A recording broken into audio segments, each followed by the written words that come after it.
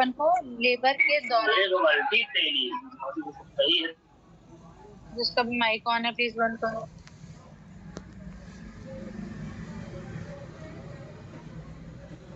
क्योंकि ये आपके बुक में दिया हुआ है तो आप लोग के लिए थोड़ा इजी हो जाएगा। शैन गुड इवनिंग।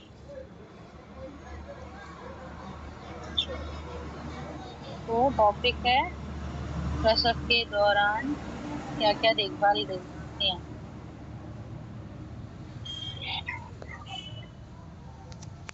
ठीक है, अब मुझे बताओ कि कौन कौन डिलीवरी करा सकता है।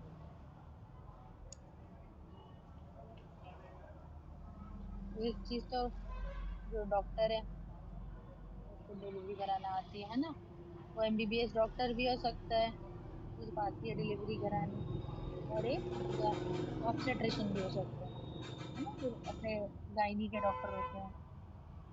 ठीक है, दूसरा चीज ट्रेंड दाइयाँ। ठीक है, ट्रेंड दाई, दाई की गाँव में ट्रेनिंग होती है, उनको सिखाते हैं कि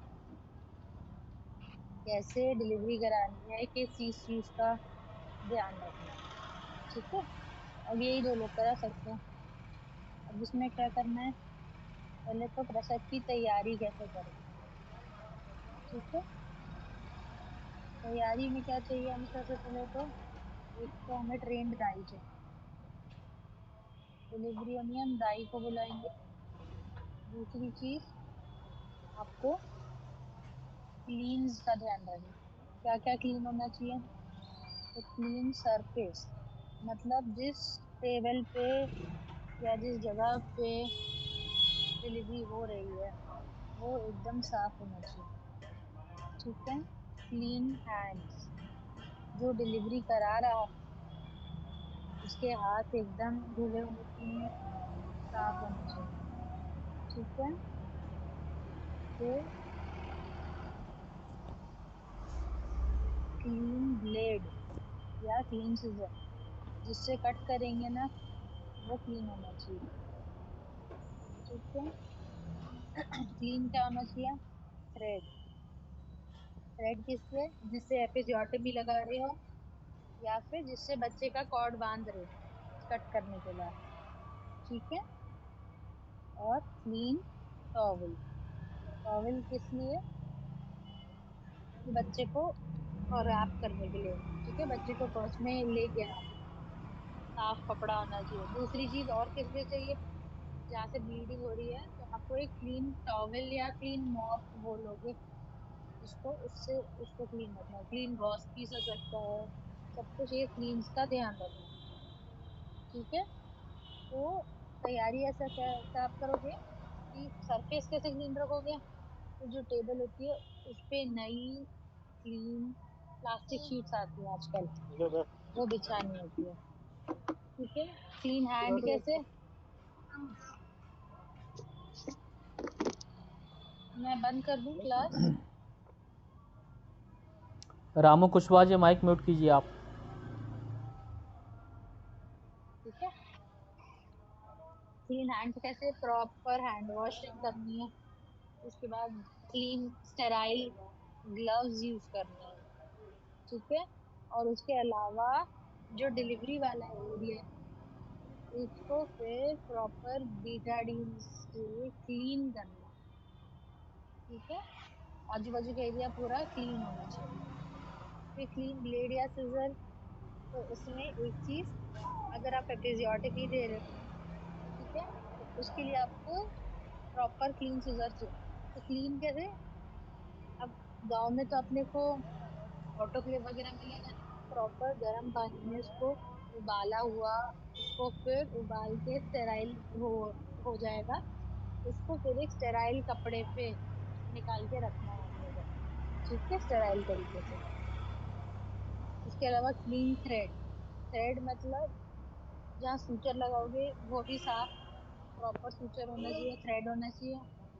या फिर और इसके अलावा किस चीज के लिए चाहिए, जब बच्चे की कॉर्ड को काटते हो तो प्लासेंटा वाला साइड तो आपने क्लैंप किया, अगर क्लैंप नहीं है तो उसको धागे से बांधोगे और फिर प्लासेंटा निकालोगे, और बच्चे के साइड पे भी लेगी। आवाज आ रही है सबको? Yes ma'am. ठीक है। जी मैम। हाँ ठीक है ठीक है। तो और दूसरा बच्चे के एंड वाली जो कॉर्ड होगी वहाँ पे भी आप उसको बांधोगे ना, तो वो बाद में धीरे धीरे उठ के झड़ जाती है, तो इसलिए। और क्रीम टॉवल और मॉप किस लिए चाहिए वो मैंने आपको ऑलरेडी बता दी। ठीक है। तो कमरा पूरा अच्छे से साफ होना चाहिए, ये सारी चीजें क्लीन आपको ध्यान रखना है। दूसरी चीज, अब आपको किट भी चाहिए, तो ये क्लीन्स के लिए आपको किट चाहिए। तो किट में क्या क्या होगा? किट में ग्लव्स होंगे, ब्लेड या सीजर होगा, ठीक है, थ्रेड होगा, ठीक है, और क्या होगा? एंटीसेप्टिक सोल्यूशन होगा जिससे आप क्लीन करोगे, ठीक है। क्योंकि ये सब ध्यान नहीं रखोगे ना तो माँ को और बच्चे को दोनों को इन्फेक्शन का चांस रहता है, ठीक है। एक प्लास्टिक शीट होनी चाहिए साफ, ठीक है। ये सारी चीजों का आपको ध्यान रखना है, और हाथ धोने के लिए एक अच्छा साफ साबुन होना चाहिए, ठीक है। ये सारी चीजें ध्यान रखनी है, ठीक। और एक प्रॉपर गॉस पीस या साफ टॉवल कुछ भी होना चाहिए, क्योंकि बच्चे के मुंह को भी तो पोंछना पड़ेगा ना, तो आँख नाक मुंह को पोंछने के लिए क्या चाहिए? गॉस पीस चाहिए, ठीक है। इसके अलावा अब और क्या बचा? बच्चे के कपड़े रेडी होने चाहिए, ठीक है। माँ को कवर करने के लिए एक अच्छी चादर होनी चाहिए, ठीक। स्वच्छ जगह, स्वच्छ स्थान, ये सब आपको ध्यान रखना है, ठीक है। और साथ ही साथ घर वालों को हमेशा आपको गाँव में जब भी है तो बताना है, कभी भी माँ या बच्चे किसी को भी कोई दिक्कत या परेशानी आती है डिलीवरी के दौरान, डिलीवरी के दौरान, तो हो सकता है उसको अस्पताल तुरंत तुरंत लेके जाना है, ठीक है। समझ गए?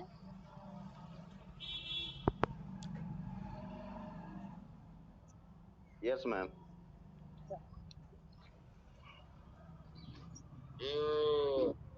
इसको डिलीट करूं? यस मैम कर दीजिए। मैडम ये लेफ्ट साइड में नीचे सबसे क्या लिखी आप? लेफ्ट साइड सबसे ये नीचे। साबुन, इधर गॉज। जी मैम।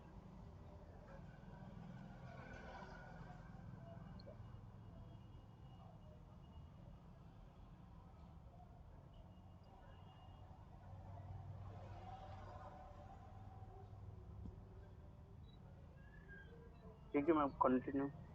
ये जो टॉवल और मॉप है ना, ये इसमें नहीं आते, यहाँ पे कॉर्ड कट आते हैं, कॉर्ड के आते हैं, लेकिन आपको वो सब चाहिए साफ, मैंने बता दिया। तो ये 5 अगर बोले ना 5 क्लीन क्या होते हैं, तो ये 5 नहीं, कॉर्ड क्लाम, इसमें कॉर्ड क्लाम में भी धागा रहता है ना।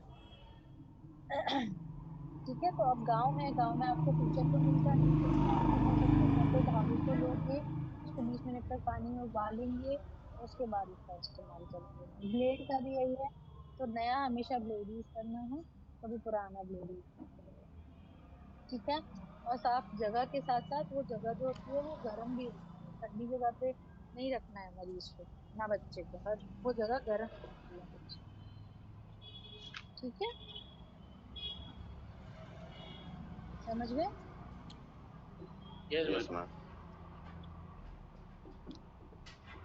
अब देखो, अगर आपने इन सब चीजों का ध्यान नहीं रखा तो क्या क्या होगा? अब हमें ये चीज करनी है, ठीक है। जी। अब आप लोग ये बताओ क्या क्या हो सकता है? हमने सफाई का ध्यान नहीं रखा, ट्रेन इन्फेक्शन। गाइड। इन्फेक्शन। हाँ, सबसे माँ और पहली बच्चे चीज पर हो इन्फेक्शन सकती हो। है, हाँ इन्फेक्शन। सबसे पहले क्या हो सकता है? इन्फेक्शन, दोनों को, माँ को भी बच्चे को भी। अब तभी मैंने एक पेशेंट का सिजेरियन किया था, ठीक है, उसको लीकिंग चालू हो गई, चालू हुई, थोड़ी देर उसका दर्द, लेकिन पेन भी आ रहे थे, थोड़ी देर वेट किया, लेकिन नहीं हुआ, उसका दर्द नहीं आया भी दिया, 1-2 महीने लगी, उसका ऑपरेशन से भी निकल लिया, ठीक है। बच्चा माँ के पास आ गया, सब बढ़िया था, लेकिन उसके बाद शाम तक वो वापस अब बच्चे के आईसीयू में पहुंच गया। तो पता चला, पहले तो सोच रहे थे शायद इन्फेक्शन हो गया होगा, लेकिन अपन ने तो सारी सावधानी बरती, सब किया, एंटीबायोटिक दिया बच्चे। अब उसकी जांच करी, पता चला कि बच्चे के दिल में छेद है, ठीक है। तो कई बार सिर्फ इन्फेक्शन या चीजें नहीं होती है, लेकिन आपको और भी चीजें सोचनी पड़ सकती है। अगर बच्चा निरंतर दवाई देने पे, इलाज करने पे भी ठीक नहीं हो रहा। लेकिन ये आपने अगर वो किया, नजरअंदाजी की, आपने ध्यान नहीं दिया, तो इन्फेक्शन का कारण और लंबे समय तक आईसीयू में भर्ती होने के चांसेस, बच्चे की जान को भी खतरा हो सकता है। दूसरा, टेटनस आजकल कम हो गया है, लेकिन गाँव में हो सकता है अगर ध्यान नहीं दिया गया, माँ को टेटनस के टीके नहीं लगे, ठीक है, तो टेटनस न्यूनेटोरम हो सकता है। नवजात शिशु को टेटनस होता है तो उसको हम टेटनस न्यूनेटोरम बोलते हैं। ठीक है। उसके अब और क्या हो सकता है अगर आपने ध्यान नहीं दिया तो? ठीक है। अगर मान लो डिलीवरी ढंग से नहीं हुई, ठीक है, आपने एपिजोटमी ढंग से नहीं की, या आपने अच्छे से प्रॉपर सपोर्ट नहीं किया डिलीवरी के दौरान, तो बच्चे के डिलीवरी के दौरान के जो क्या कहते हैं, वेजाइना है, सर्विक्स है, उधर पे ट्रॉमा हो सकता है। ट्रॉमा मतलब वहां पे कुछ फट गया हो सकता है, जिसको आपने ध्यान नहीं दिया, ब्लीडर हो गया, तो जैसे ब्लीड कर रहा होगा, आपने उसको छोड़ दिया, ठीक है, तो टीपीएच होने की चांसेस है। अगर ऐसे कुछ टीयर है, कुछ फट गया है, ठीक है, ये ट्रॉमा हुआ है बेसिकली, तो इसको हम क्या कहते हैं, ट्रॉमेटिक टीपीएच। उसके अलावा और क्या हो सकता है? ठीक है, उसके अलावा आपने अच्छे से उसको यूट्रस को मसाज नहीं किया पेशेंट के, है ना, और उसका प्लेसेंटा आराम से आने का वेट नहीं किया, आपने खींचा था नहीं मचाई, ठीक है, तो इस सब केसेस में क्या हो सकता है कि बच्चादानी सिकुड़ेगी नहीं अच्छे से, उस केस में एटोनिक पीपीएच होता है। ठीक है। तीसरी चीज क्या हो सकती है?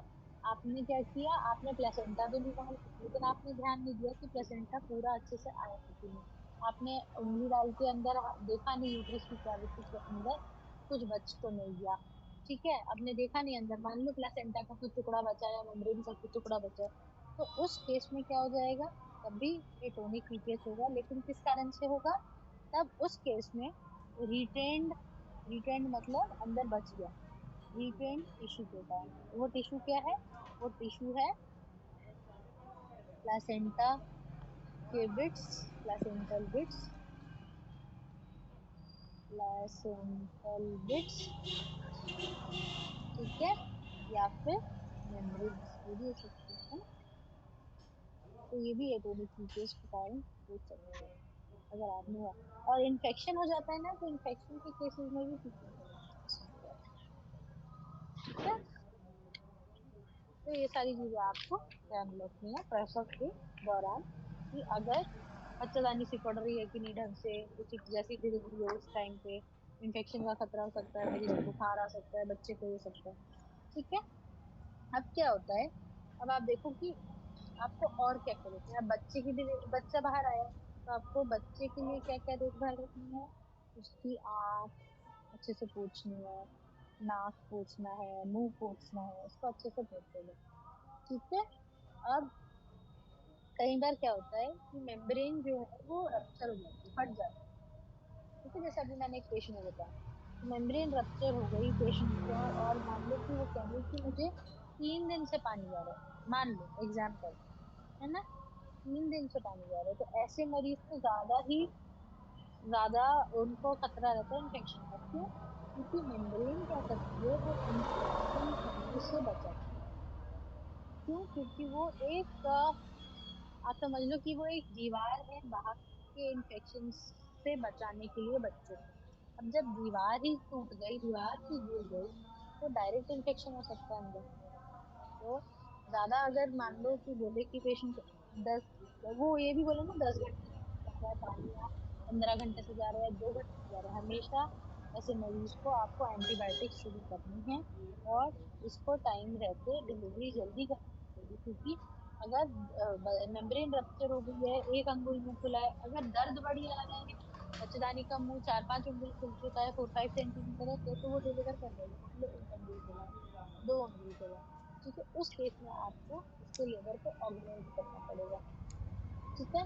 तो आप नहीं करोगे, क्योंकि अगर आप अपने लेवल पे ऑगमेंट करते हो, तो ऑगमेंट करने की दवाइयों से क्या रहता है कि कई बार बच्चे की धड़कन पे असर पड़ता है, कई बार बच्चा पेट में लैट्रिन कर देता है, तो आपको उसको काउंसिल करना पड़ेगा कि उसको अस्पताल जाके अब डिलीवरी करनी होगी। ठीक है। अगर मान लो 34 हफ्ते का है, 32 हफ्ते का है, तो उस केस में आप बस एक सबसे अच्छा काम ये कर सकते हो कि बेटनीसोल, जो अपन ने स्टीरॉइड पढ़ा था कि बच्चे के फेफड़े की बढ़त के लिए स्टीरॉइड देना होता है, बेटीसोल या डेक्सामेथासोन जो आपके पास हो, आप उसको वो दोगे पेशेंट को, और पहला डोज लगा के उसको बड़े अस्पताल में भेज दोगे अगर लीकिंग करके आती है तो। ठीक है। या मान लो आपके पास पेशेंट का ही 7-8 सेंटीमीटर है, लेकिन वो उसने हिस्ट्री लिखी कि मुझे 4 दिन से पानी जा रहा है, तो आप उसको फटाफट एंटीबायोटिक्स लगाओगे, उसकी डिलीवरी कराओगे, और ये चीज ध्यान रखोगे कि बच्चे को भी इन्फेक्शन का खतरा हो सकता है। ठीक है। इस केस में आप हमेशा डिलीवरी तो करा लोगे, लेकिन माँ को और बच्चे को हायर सेंटर जरूर भेजोगे, क्योंकि इतने दिन से ब्लीडिंग हो रही थी तो माँ और बच्चे दोनों को इन्फेक्शन का खतरा है। आपका बच्चा भले ही रोता करता निकला, ठीक है, ये बढ़िया अच्छा है, पैदा होते साथ रोया, लेकिन ऐसे केस में 4 दिन से उसको पानी जा रहा है तो इन्फेक्शन का खतरा रहता है, तो एक बार अच्छे अस्पताल में जाएंगे, बच्चे के डॉक्टर को दिखाएंगे, माँ को महिला रोग विशेषज्ञ को दिखाएंगे, और उनको आईवी एंटीबायोटिक्स और जो भी उनको आवश्यकता लगेगी उनको देंगे। तो भले ही आपने ये सोचा कि हाँ अब 7-8 सेंटीमीटर में तो आप रेफर नहीं कर सकते हो, रास्ते में डिलीवरी देंगे, आपने उसको डिलीवर कराया, आपने उसको 1 घंटा फोर्थ स्टेज में, थर्ड स्टेज में प्लासेंटा निकाला, ऑब्जर्वेशन में मैनेज किया, सब किया, इनफैक्ट आप 2 घंटे 3 घंटे भी अपने पास ऑब्जर्वेशन में रख लो, लेकिन जब आपको लगे अब पेशेंट की हालत ऐसी है कि मैं इसको रेफर कर सकता हूँ, तो इसको रेफर कर दो, क्योंकि आवश्यकता है उसको आईवी एंटीबायोटिक्स की और थोड़ा सुपरविजन में डॉक्टर के रहने की, नहीं तो बाद में इन्फेक्शन हो जाए तो शुगर फिर है ना, जान का रिस्क हो सकता है। तो ये सारी चीजें आपको ध्यान में रखनी है। ठीक है। इसके अलावा प्रसव के दौरान क्या हो सकता है, कहीं कहीं बार क्या होता है, जैसे ये है, अब अंदर ये बच्चा है, ठीक है, अब बच्चे के आजू बाजू मेम्ब्रेन है, मेम्ब्रेन, ठीक है, अभी अम्बिलिकल कॉर्ड है, कई बार ये कॉर्ड बाहर आ जाता है। अब अगर ये कॉर्ड बाहर आ गई, ठीक है, तो आपको क्या करना है, आपको इसको तुरंत रेफर करना है। आप इसकी क्या करेंगे, पेशेंट अगर आपके पास कैथेटर, तो आप ये कॉर्ड,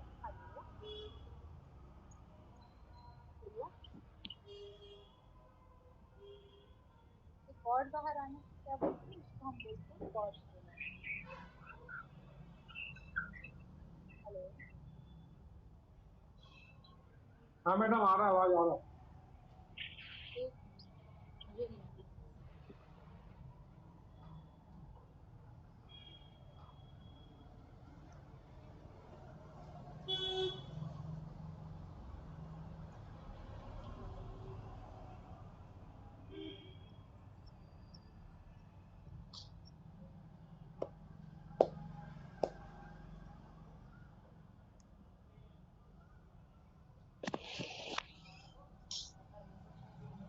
आवाज आ रही है अभी? एक मैडम आ रही है यस मैम, यस। एक मिनट हम बेटा, अच्छा मैं गिरा हूँ, इसका पानी बाहर कर दूं क्या? प्रॉब्लम हो गया था। ये ठीक देखो है, यहाँ पे मुंह तो हो इसको गया हम है, बोलते हैं ये कॉर्ड पानी पूरा बाहर आ जाएगा यहाँ से। ठीक है। तो ये एक इमरजेंसी सिचुएशन होती है, आसपास आपका जो भी हॉस्पिटल हो जहाँ पे तुरंत से जरूर हो वो तो सकता कल है, करेंगे, आप कल कुछ नहीं कल पट्टी करोगे, करते नीचे समय, एक कुछ भी बड़ा सा मैं घर पैड कर जैसा दूंगा कुछ भी होता है ना, परसों को। उसको यहाँ पे ठूस दोगे नहीं ताकि ये कॉर्ड जो है बाहर ना हो। नहीं मेरी बात तो ठीक सुन है। लो पहले, दूसरी चीज और क्या करोगे, एक कैथेटर तुरंत मैं डालोगे, घर पे जो निकाल दूंगा पोलिस इसको, पूरा कैथेटर खाली होता है कर ना दूंगा। यूरिन के लिए, वो डालोगे, और उसको क्या करोगे आप, परसों कर उससे दूंगा। ब्लैडर को आप अरे भरोगे। सीरम उतर जाएगा अपन क्या आपका, करते हैं, यूरिन मैं ट्रीट नहीं चाह करते रहा हैं, हूँ। आप अभी क्या मेरा करोगे, मीटिंग एक चल रहा है नॉर्मल भोपाल सेलाइन से, का 500 ml इसलिए का अभी ड्रिप मैं ध्यान लोगे, नहीं दे पाऊंगा। ठीक है, नहीं खाली उसको तो मैं ड्रिप से घर अच्छे कर दूंगा, कनेक्ट करोगे, गोली क्या और खाना है, कैथेटर अपने अंदर जो डाला लिखा ना, वो खाना है। वो खा लो कैथेटर वहाँ अंदर पे। डाला, फिक्स किया, और अभी मैं उसको जा रहा अब हूँ, आप डायरिया लग उससे रही है। ब्लैडर भरना चालू करोगे, तो पूरा 500 ml उसके अंदर जाना चाहिए। और क्या करोगे इसके बाद, अब अगर आप उसको यूरो बैग लगा दोगे फिर छोड़ दोगे तो वो पूरा पानी बाहर आ जाएगा, तो आपको उसको बाहर देना है। आपको क्या करना है, कुछ भी क्लैंप, जैसे बच्चे का उसको क्लैंप करने के लिए होता है ना, क्या कहते हैं, एक ब्लू कलर का क्लिप जैसा आता है अम्बिलिकल कॉर्ड को क्लैंप करने के लिए, आपने देखा? Yes sir. हाँ, या तो आप उससे उसको क्लैंप कर दो, या फिर उसके अलावा और क्या कर सकते हो, धागा एकदम टाइट बांध दो, उससे वो अब जितना आपने पानी भरा है वो बाहर नहीं है, और उसको अर्जेंट अर्जेंट अर्जेंटली आप एकदम तुरंत उसको बड़े हॉस्पिटल भेजोगे, आसपास जो भी हॉस्पिटल है जहाँ अर्जेंट डिलीवरी हो सकता है, और एक्सप्लेन करोगे कि बच्चे की जो कॉर्ड है वो बाहर आ गई है, उसकी डिजाइन का पूरा पूरा है, ऐसे में पता है बच्चों, कई बार 1 मिनट 2 मिनट 4 मिनट में भी बच्चा मर सकता है, क्योंकि अब क्या हो रहा है, कॉर्ड बाहर आ गई है, कॉर्ड नॉर्मल एनवायरनमेंट से एक्सपोज हो गई है। अब उसके कारण क्या है, जो सर्कुलेशन ब्लड की है वो ज्यादा हो गई है, और बच्चा के पास अगर ब्लड ही नहीं जाएगा तो बच्चा मर जाएगा। ठीक है, डिलीवरी के दौरान आपको क्या करना है, माँ का पल्स बीपी आपको हर 4 4 घंटे में देखना है। ठीक है, तो उसको बुखार तो नहीं आ रहा, उसका जो पल्स है वो बहुत तेज से नहीं चल रहा, दर्द आ रहे हैं तो हाँ 100 100 110 हो सकते हैं, लेकिन मान लो कि उसका 140 हो रहा है, 160 हो रहा है, तो वो दिक्कत वाली बात है। ठीक है, दूसरी चीज आपको और क्या क्या देखना है कि बच्चे की धड़कन आपको देखी जाना है, अगर वो फर्स्ट स्टेज ऑफ लेबर में है। ठीक है, फर्स्ट स्टेज ऑफ लेबर में अगर वो 4 सेंटीमीटर से पहले है, तो आप क्या करोगे, 4 सेंटीमीटर से पहले में आप उसकी धड़कन क्या करोगे, 1 1 घंटे में देखोगे। जब वो 4 सेंटीमीटर से आगे आ जाती है, तब आपको हर आधे घंटे में उसकी धड़कन देखनी है बच्चे की। साथ ही साथ में आपको ये देखना है कि उसको कितने दर्द आ रहे हैं। तो दर्द कैसे देखोगे कि मरीज के पेट पे हाथ रखोगे, जहाँ पे आपको यूट्रस एकदम ऊपर की तरफ खत्म हो रही है ना, छाती की तरफ, वहां पे हाथ रखोगे। और जैसे ये पेट है, ये यूट्रस आपको यहाँ तक फील हो रहा है, तो आप यहाँ हाथ रखोगे और जो दर्द आता है उसको महसूस करोगे, और साथ में आपके सामने उनकी एक घड़ी। ठीक है, 10 मिनट के अंतराल में आपको देखना है। ठीक है, कि कितने बार दर्द है, क्योंकि दर्द पूरे 10 मिनट तक ऐसे टेस्ट नहीं रहेगा, आएगा, जोर का दर्द आएगा, डॉक्टर फिर रुक नमस्कार। जाएगा, उसके बाद फिर दर्द आएगा, फिर रुक जाएगा। ठीक है, तो 10 मिनट में कैसे हो सर? मान लो बस 4 बढ़िया। दर्द है, कितने दर्द है आपको गिनने, और बहुत कितने अच्छा सेकंड्स के लिए है स्वागत है, आपको ये भी अभिनंदन चल देखना रहा है। है। ठीक है, अच्छा, कि वही है 15 सेकंड लाइव। क्या है, कि 20 सेकंड क्या है, कि 30 क्या है, कि 40 क्या है। ठीक है, नॉर्मली कितने दर्द आने चाहिए, 3 से 5 आने चाहिए। 3 से कम है तो कम है, 5 से ज्यादा है तो ज्यादा है। 3 से 5 इज नॉर्मल। और कितने सेकंड के लिए आने चाहिए, अप्रोक्सीमेटली 45 से 60 सेकंड तक के बीच में। अगर इससे ज्यादा देर के लिए आ रहे हैं तो भी गलत और है, देख लीजिए इससे आप, कम और देर कोई के लिए काम आ हो रहे हैं तो तो। भी गलत है, ज्यादा देर के लिए आ रहे हैं कुछ है अभी और तो 7 बजे तक बिजी तो रहूंगा। ज्यादा दर्द होगा, अपना तो कुछ? कहीं ना कहीं आपको फिर क्या करना पड़ेगा, अभी उसको एक कुछ ड्रिप लगानी पड़ेगी, उसको एक अह, पेन किलर कुछ लग देना रहा है अपना? पड़ेगा, और अभी तो दर्द नहीं को लग थोड़ा रहा। कम करना पड़ेगा। लेकिन अगर कम दर्द आ रहे हैं तो फिर आप उसको चलाओगे फिराओगे। जब पीवी में जांच करते हो तो उसकी मेम्ब्रेन्स को स्वीप करोगे, फोड़ोगे नहीं, स्वीप करोगे। स्वीप करने में क्या होता है, देखो मैं बताती हूँ।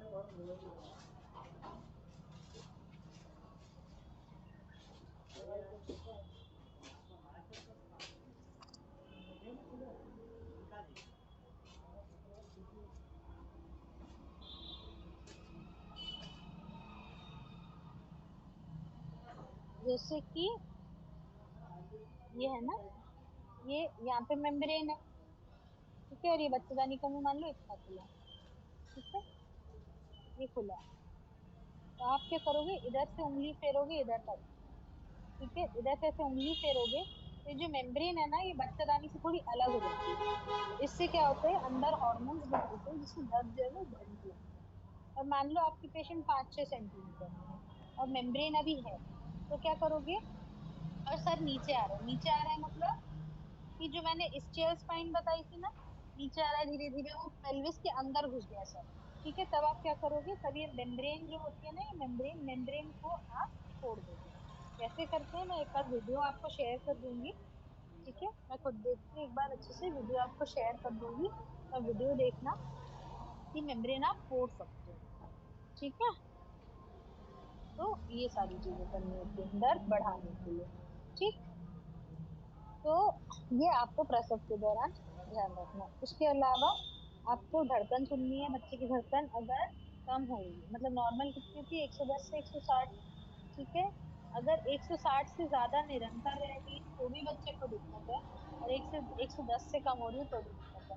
तो निरंतर 160 से ज्यादा मारो, और अगर बच्चे की धड़कन ज्यादा है तो आपको माँ की धड़कन ही देखनी है। हो सकता है माँ को बुखार हो, माँ को बुखार होगा, माँ की धड़कन ज्यादा होगी, माँ की धड़कन ज्यादा होगी, कारण बच्चे की धड़कन ज्यादा होगी, तो माँ का बुखार को ठीक कर दो तो माँ की बच्चे की धड़कन अपने आप ठीक हो जाएगी। लेकिन अगर बच्चे की धड़कन कम हो रही है, ठीक है, मान लो 90 हो रही है, 100 हो रही है, तो बच्चा डिस्ट्रेस में है, बच्चे को दिक्कत है, आपको तुरंत उसको ऑपरेशन के लिए बड़े सेंटर में रेफर करना पड़ेगा। ठीक है, तो 4 सेंटीमीटर से कम है तो 1-1 घंटे में देख लो बच्चे की धड़कन, लेकिन 4 सेंटीमीटर से लेकर 10 सेंटीमीटर तक में आपको हर आधे घंटे में देखनी है, हर 30 मिनट में। ठीक है, और जब 10 सेंटीमीटर से नहीं सॉरी, यहाँ पे हर 30 मिनट में देखनी है और यहाँ पे हर 15 मिनट में देखनी है। ये है बच्चा। तो फिर चलो देखिए, मुझे ऊपर भी छोड़ दो। ठीक है, लेस देन 4 क्या है? सेंटीमीटर और ये जो मैं एक बार और 30 बता रही हाँ हाँ है बता रही हूँ, हर 4 सेंटीमीटर आएगा। से कम सर्विक्स का डायलेटेशन है तो हर 30 मिनट में बच्चे की धड़कन देखोगे। लेकिन 4 सेंटीमीटर से 10 सेंटीमीटर के बीच में जो है, 10 सेंटीमीटर मतलब फुल डायलेटेशन, तो हर 15-15 मिनट में बच्चे की धड़कन देखोगे। ठीक है, और खास तौर पे जब दर्द आता है, ठीक है, तो दर्द आता है और उसके जैसे ही दर्द जाएगा उसके तुरंत बाद आपको बच्चे की धड़कन जरूर देखनी है, क्योंकि कई बार दर्द के कारण बच्चे की धड़कन पे असर पड़ता है। और अगर दर्द जाने के बाद भी बच्चे की धड़कन कम है, दर्द के दौरान क्या होता है, उसका सर दबता है, उसकी अम्बिलिकल कॉर्ड दबती है, तो कई बार बच्चे की धड़कन कम आती है, वो ठीक है। लेकिन अगर हर बार कम आ रही है तो दिक्कत वाली बात है, और 60। आपको हमेशा जैसे ही दर्द जाता है उस टाइम पे डॉक्टर जरूर देखिए, क्योंकि अगर दर्द जाने के बाद भी बच्चे की धड़कन कम है तो कहीं ना कहीं बच्चे को दिक्कत है, तो अर्जेंट उसको सिजेरियन सेक्शन की आवश्यकता है। और जब सेकेंड स्टेज ऑफ लेबर में आएगा ना, सेकेंड स्टेज ऑफ लेबर में क्या होगा, आपको हर 5 मिनट में उसकी सजह देखनी ही देखनी है। ठीक है, सेकेंड स्टेज में आपको हर 5 मिनट में उसकी बच्चे की 10 का है धड़कन क्या? का ध्यान रखनी ही रखना है। ठीक, अब मैंने क्या बोला कि अगर बहुत ज्यादा कॉन्ट्रैक्शन आ रहे हैं, इससे ज्यादा आ रहे हैं, है क्या 10 मतलब का? 6-7 कॉन्ट्रैक्शन आ रहे हैं, 6-7 बार दर्द आ रहा है, 60 या 70-80 सेकंड से चल रहे हैं, ऐसे केस में क्या होता है, कई बार उसके बाद भी बच्चा ना नीचे आ रहा है ना नीचे हो रहा है और धड़कन पे तो असर पड़ा ही है, तो कई बार बच्चादानी फटने की संभावना होती है। या फिर अगर मान लो ठीक है, एक मिलते हैं फिर पेशेंट बाद में। जिसका 1 साल पहले सिजेरियन से बच्चा हुआ, वो फिर से प्रेग्नेंट हो गई, ठीक है, उसने कोई गर्भ निरोधन का कुछ भी इस्तेमाल नहीं किया, ना कॉन्डोम इस्तेमाल किया, ना कोई टैबलेट्स इस्तेमाल की, ना इंजेक्शन लिया, कुछ नहीं लिया, वो प्रेग्नेंट हो गई। ठीक है, अब घर में उसको 2 दिन से दर्द हो रहे थे, वो किसी डॉक्टर के पास नहीं गई, उसने ये सोचा कि एक बार ऑपरेशन हो जाता क्या हो गया, दर्द आने देते हैं, हम तो नॉर्मल डिलीवरी। ठीक है, और वो सीधे तब आई जब एकदम मान लो कि फुल डायलेटेशन में, 10 सेंटीमीटर डायलेटेशन में थी। ठीक है, अब उसको दर्द इतने आ रहे थे कि बढ़िया। अब क्या हुआ कि कई बार तो नॉर्मल डिलीवरी हो जाती है, लेकिन कई बार क्या हो जाता है कि अब 4-5 सेंटीमीटर में आ गया, 10 सेंटीमीटर, जितने में भी है। कई बार क्या होता है, यहाँ पे ये बच्चेदानी है ना, यहाँ पे फिर पहले काटा था, तो ये जो है वो खुल जाता है, ये फट जाता है। ठीक है, तो इसको बोलते हैं स्कार रप्चर। या कभी कभी क्या होता है, दर्द के कारण और क्या हो जाता है कि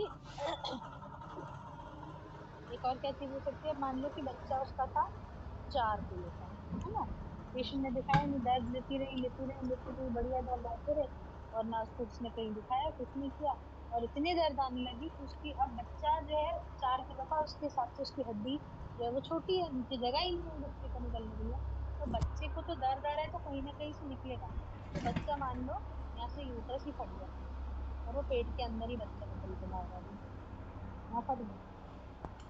ठीक है, तो इसको कहते हैं rupture uterus.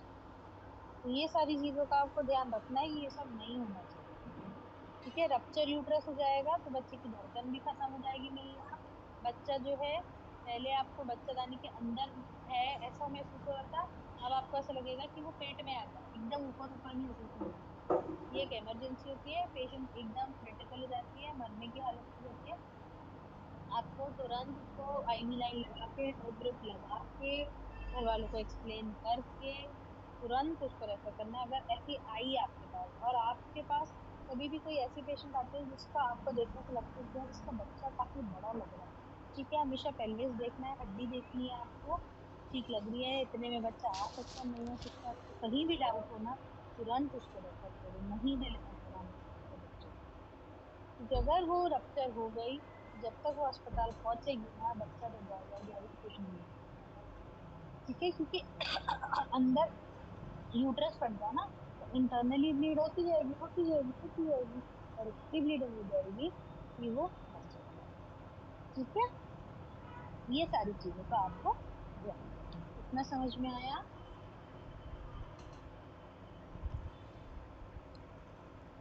Yes yes ma'am.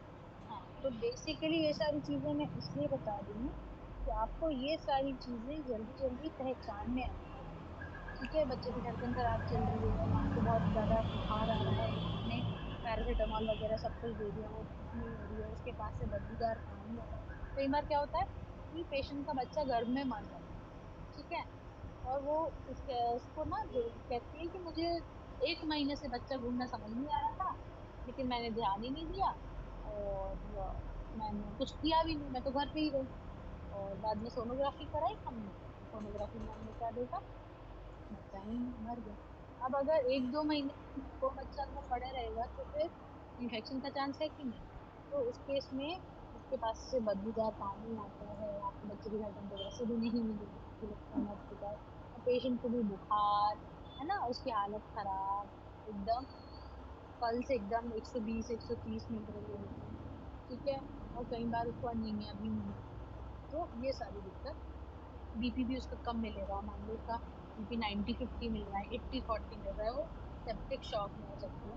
तो ये सारी चीजें आपको, देखो आपका वहां पे काम क्या है कि आपको सबसे पहले बस रिकॉग्नाइज करना है, आइडेंटिफाई करना है कि ये पेशेंट मैं अपने पास रख के इसका इलाज कर सकता हूँ, लेकिन नहीं, जिसके लिए खतरे की घंटी बजी मेरे दिमाग में, मैं उसको रेफर करूंगा। और मुझे पता होना चाहिए मैं किस चीज के लिए रेफर कर रहा हूँ, ताकि मैं साफ साफ पेपर में लिखूं, और वहां जो भी डॉक्टर देखेगा तो उसको समझ में आएगा कि अच्छा सामने वाले ने नहीं सोचा, तो उस चीज पे वो और ध्यान देगा। देखो गांव वाले पेशेंट कहाँ रेफर होते हैं? सरकारी अस्पताल। उनके पास इतने पैसे तो नहीं होते, वो प्राइवेट प्राइवेट में जाके मिलते हैं।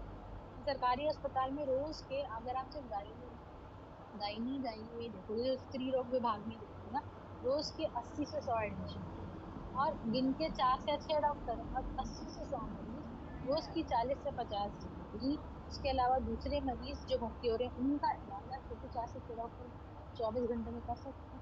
कितना कितना मुश्किल है। उनको डिलीवरी भी करानी है, उनको सिजेरियन भी करना है, उनको मरीज को भर्ती भी करना है, उनको उनकी जांचें भी करानी है, उनको सब कुछ करना है ना, A to Z उनको सब कुछ करना है। तो इसीलिए अगर आप आपके पर्चे में लिख के भेजोगे तो उनका दिमाग भी वो ज्यादा से ज्यादा उसी चीज में लगाएंगे। अपनी तरफ से तो वो देखेंगे ही देखेंगे, लेकिन उस चीज को और एम्फेसिस करेंगे और उस पर ध्यान देंगे, और उसको जल्दी से जल्दी उसकी चीज को पकड़ेंगे। और जैसे मान लो कि पेशेंट है, ठीक है, आपको उसका बीपी 180-140 मिल रहा है, तुरंत उसको लोबेट लगाओगे, मैक्सवेल लगाओगे और उसको रेफर करोगे, तो उसका दिमाग भी वहीं चलेगा। तो सबसे पहले वो उसका सारा काम चालू करेगी, साथ में वो 4 चीजें और जिसे उसको देखनी है वो तो देखेगी, लेकिन उसको पता है कि ये है इसलिए रेफर हुई है, वो तुरंत उस हिसाब से अपना काम चालू कर देगा। समझ रहे हो? अपना वहां पे आपका, आपको इतना सारा पढ़ाने का, इतना सब समझाने का उद्देश्य ही यही है कि आप खतरे समझो और उस पे जल्दी से जल्दी उसको एक्ट करो। ठीक है, मैम आपको एक्चुअली वहां में बैठ के बस एक मिनट बेटा, उसको आपको बस इमरजेंसी फटाफट ट्रीटमेंट देना है और ऐसा करना है। लेकिन एक सिंपल सी पेशेंट है, आपको लग रहा है नहीं इसको तो ज्यादा कुछ दिक्कत नहीं है, इसको अपन अपने लेवल पे यहाँ पे इसका देख रेख कर सकते हैं, आप सब कर सकते हैं, तो आप वहां देखोगे करोगे, उसको काउंसिल करोगे, और उसको हर चीज की इम्पोर्टेंस की, प्रेगनेंसी में आयरन खाना है, कैल्शियम खाना है, उसकी इम्पोर्टेंस बतानी है, उसको उसके डाइट की इम्पोर्टेंस बतानी है कि उसको टाइम टू टाइम खाना है, उसको खतरे के सारे सिम्टम्स साइंस बताना है कि ऐसा होगा तो तुमको तुरंत आना है, ये होगा तो तुरंत आना है, वो होगा तो तुरंत आना है। तो ये सारी चीजें आप अपने लेवल पे बताना, क्योंकि क्या होता है कि महिलाओं को जागरूकता ही नहीं होती, उन्हें पता ही नहीं होता क्या नॉर्मल है क्या नहीं है। कुछ भी लगता है तुमको लगता है अरे प्रेगनेंसी तो बहुत सालों का ही होगा। समझ गए? चलो, हाँ अब पूछो क्या पूछना है।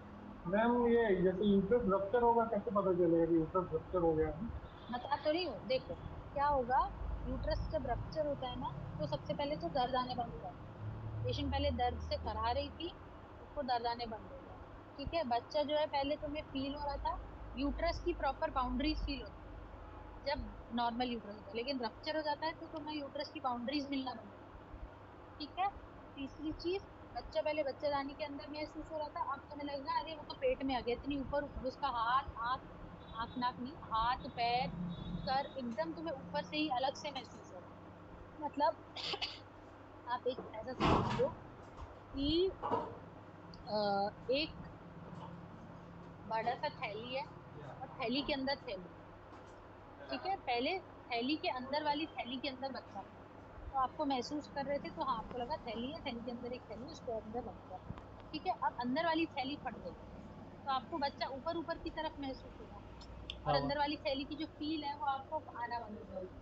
तो यही वाली चीज रप्चर हो गया। दूसरी चीज, पेशेंट का पल्स, बीपी, पल्स एकदम 150 160 जाने लगेगा, बीपी एकदम कम होने लगेगा।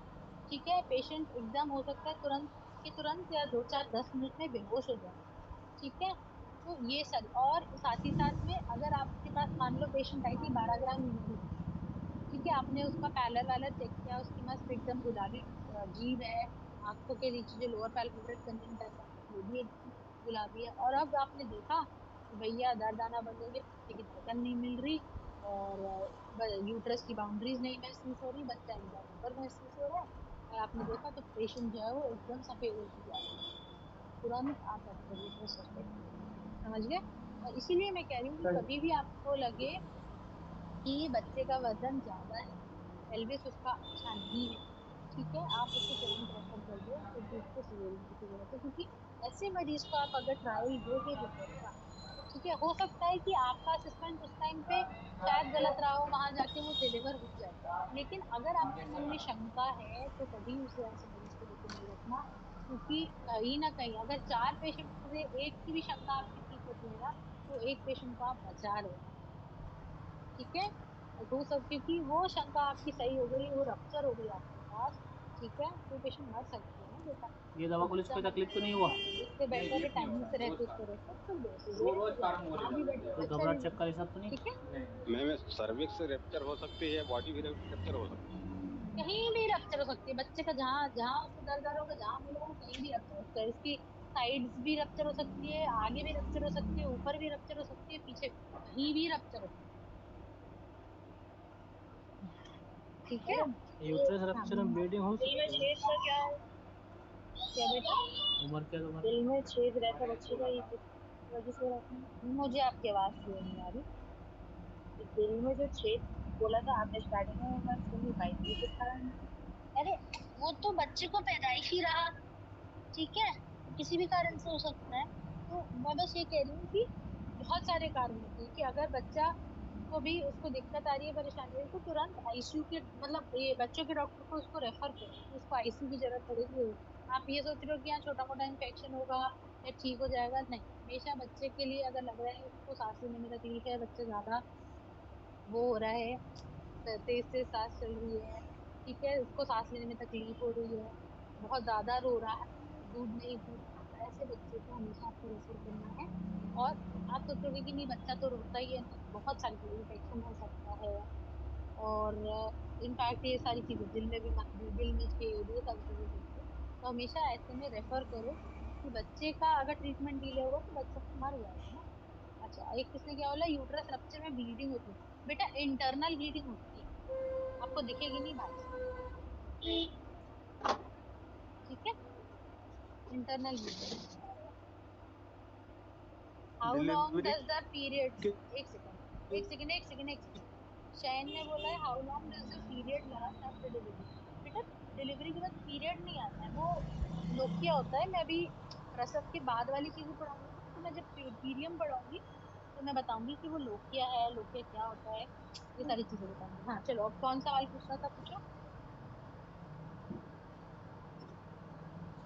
मैम डिलीवरी के दौरान जो मतलब डिलीवरी से पहले अगर जो प्लेसेंटा फट जाता हाँ है, मतलब पानी निकल जाता है, तो उससे कोई दिक्कत तो नहीं होती क्या वही बच्चे तो मैं को? कह रही हूँ, अगर दर्द आने से पहले पानी निकल गया, मतलब पेशेंट बोली कि मेरे को डिलीवरी के दर्द बिल्कुल नहीं आ रहे, सिर्फ पानी निकल गया, ठीक है, तो वो एक रिस्क फैक्टर है, उसको आपको रेफर करना पड़ेगा, क्योंकि उसको वो पता नहीं कितने दिन से पानी खुजली जा रहा है, उतनी हो रही पेशेंट कम हुई? बोलती है हो सकता है 12 घंटे से जा रहा है, 8 घंटे से जा रहा है, लेकिन कहीं ना कहीं, अब एक पेशेंट आई मेरे पास, बोलती है मैडम मेरे को दस मलहम दिन रखा से है? पानी जा रहा है, ठीक है, और उसने दिखाया नहीं, उसको क्या ट्यूब है, लगा कि ट्यूब उसको बार बार पेशाब आ रही होगी, तीनों। पेशाब नहीं, साबुन? जबकि उसको लीकिंग हो रही थी। तो साबुन? यही सारी चीज है कि हिस्ट्री आपको अच्छे से लेनी है, पता करना है, और फिर ऐसे केसेस में उसको लेबर को इंड्यूस करना पड़ता है या ऑगमेंट करना पड़ता है, तो वो आप अपने लेवल पे नहीं जाए, तो उसको हमेशा रेफर करें। ठीक है, चलो, और कुछ? मैम किसी को जैसे 7 महीने से 8 महीने में करना है वो चाहिए, ऐसा भी होता है? प्रीटर्म अपन, हाँ नहीं अपन पढ़ेंगे प्रीटर्म के कारण भी पढ़ेंगे। प्रीटर्म जब आएगा एक अपना टॉपिक है प्रीटर्म वगैरह, प्रीटर्म पढ़ना है अपने को, और पीआरओएम पढ़ना है, पीआरओएम भी पढ़ेंगे। हाँ और बोलो क्या बोल रहे हो? जैसे 7.5 महीने या 8 महीने में ऐसे हो जाते हैं डिलीवरी। पढ़ेंगे हम प्रीटर्म डिलीवरी पढ़ेंगे, अभी पूरा टॉपिक है वो प्रीटर्म का। यस आज यस लेकिन मुझे किसी ने तो लिस्ट भेजी है, पहले वो वाले टॉपिक्स खत्म करा देती हूँ, फिर ये सारे टॉपिक्स मैं यस बता दूंगी आपको, है ना। मैम थोड़ा कंजेक्टिव आई फ्लू के बारे में बता दीजिए टास्क। आई फ्लू का ना मेरे पास एक वो है, मैं भेजूंगी। और मैंने 2 चीजें और भेजी हैं, एक तो कल वाला वीडियो और एक ब्रेस्ट फीडिंग के ऊपर, एक मैंने आपके ग्रुप पे डाला है। आई फ्लू के लिए भी मैं अभी डाल दूंगी, है ना, एक वो हिंदी में ही है, आप आराम से समझ। मैडम आपने डाला ले, हम लोग के पास नहीं आया कुछ भी। ग्रुप में सेंड अरे कर दीजिए मैम। आराम से, मैंने ये diploma in basic health care वाला ग्रुप है ना, उसमें डाला है बेटा, जिसमें आज आप लोगों नहीं ने मैम, डाला है ई सलोनी। वो पता नहीं ये पता नहीं कौन ग्रुप चला रहा है मैम, अपन को आइडिया नहीं है अपने ग्रुप का। नहीं, इसमें मैसेज आया है कि सलोनी मैम का क्लास आज 5 बजे होगा। अभी रामू कुशवाहा जो भी है, या वशिष्ठ जी मैं आपको फॉरवर्ड कर दूंगी तो आप डाल देना, हाँ यस मैम, जो भी है ना। इंफॉर्मेशन हो तो जाना। जी यस मैडम, वशिष्ठ जी को कर दीजिए आप। हाँ तो वो डाल देंगे, है ना, आप आता है सबको मैडम, शेयर आता कर है, देंगे। मैसेज आता है। हाँ आता है ना, तो वो जो लोग हैं फिर उस ग्रुप में तो बाकी लोगों को भी ऐड कर लो। अरे नहीं वो आया कौन से मैडम। ग्रुप बनाए हुए हैं जी? कौन से ठीक ग्रुप है, मुझे बनाया है नहीं आपने? पता, मुझे तो कोई एक ग्रुप में ऐड किया है, लेकिन मैं आप लोग को वशिष्ठ जी मैं आपको दे दूंगी, शेयर कर दूंगी, आप कर देना yes yes share. Ma'am, yes ma'am. जिसकी भी आवाज आ रही है, आवाज कट रही है। चलो इतना समझ आया।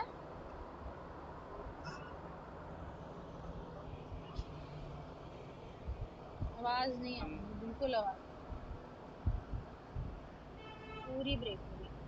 चलो ठीक है, अब इसके ये थोड़ा सा और बचा है, आपकी किताब में जो दिया है वो और पढ़ेंगे, फिर प्रसव के उपरांत जो देखभाल है वो अपन फिर कल पढ़ेंगे इसके आगे का, है ना।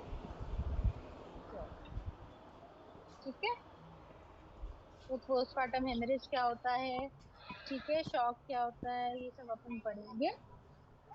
और यस मैम, मेरा ये वही जो थोड़ा लंबा टॉपिक है। कंफ्यूजिंग दूर करिएगा मैम, मेरे को हाँ बोलिए। कंफ्यूजिंग है थोड़ा। वही वो जो मैं कुछ पहले किया था, एक क्वेश्चन आंसर का। हम्म, क्या कंफ्यूजन है? एक क्वेश्चन मैं किया था ना मैम, वो खिलने वाली, वो जो लेडीज जब प्रेगनेंट में होती है, बच्चे वो उल्टा हो जाते हैं। हम भूल गई बेटा, क्वेश्चन फिर से क्वेश्चन बताना। हाँ रिपीट कर दो एक बार चलिए क्वेश्चन। मैम, मैं आपको ग्रुप में डाल डाल दूं मैम, डालूंगा आपको पर्सनली व्हाट्सएप में। ठीक है मैं देख यस मैम। जी, ठीक, चलिए कल मिलते हैं, है ना। Okay ma'am, thank you ma'am. Okay good night. Okay ma'am, thank you. Okay ma'am.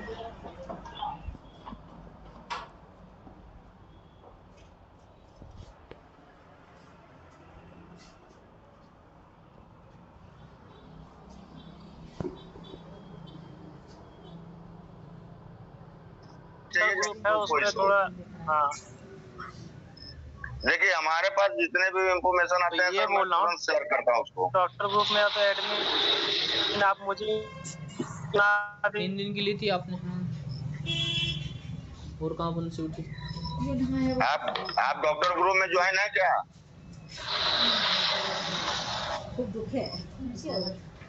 हाँ हूँ सर। चलिए ठीक है, मैं देखता हूँ, मैं बात करता हूँ, है ना। अरे वशिष्ठ जी। Yes sir. जी जी देख लीजिए, मैं दोनों ग्रुप वशिष्ठ में जी, यस सर। क्या अपने ग्रुप का नाम आपने चेंज किया है क्या? नहीं नाम तो नहीं चेंज है सर, वही डॉक्टर्स ग्रुप है। नहीं, पहले सीख पत्र के नाम से आपने बनाया था ना। हाँ वो लोगों को पढ़ने में दिक्कत हो रही थी सर। 4 दिन बाद यहीं तो रहेंगे अब ना? वो डॉक्टर ग्रुप वो बीच में वो दिल वाला वो निशान 4 दिन बना करके आता है। सब लोग को दिल में लेके चलना है, दिल के साथ में बना के चलना है। नहीं, मैं ये कंफ्यूज हो गया था इवन डॉक्टर साहब ने जो ग्रुप बनाया है, क्या उन्होंने भी यही डॉक्टर ग्रुप के नाम से बनाया है? तो कहीं तो नहीं आ रहा है। मैं ये नहीं वो आपका आता है। दो चार साथी मेरे शिकायत की है कि मेरे को पढ़ने में डिस्टर्ब होता है सर, तो छोटा सा नाम कर दीजिए। चलो ठीक है। हाँ, मैं तो यही समझ रहा था, लेकिन अब भैया ने जब बताया कि चलिए सर, क्लास को डिस्कनेक्ट करिए। 6 बजे बाद ली क्लास अटेंड करना सर। जी जी sir. Yes sir. Thank you sir. नमस्कार सभी को। नहीं, मैं तो 10:15 बजे पढ़ाया दुकान। मैंने देखा था चद्दर लगी थी 9:30। हाँ, कल क्लास चल रहा था, वो अभी भी चल रहा है क्लास।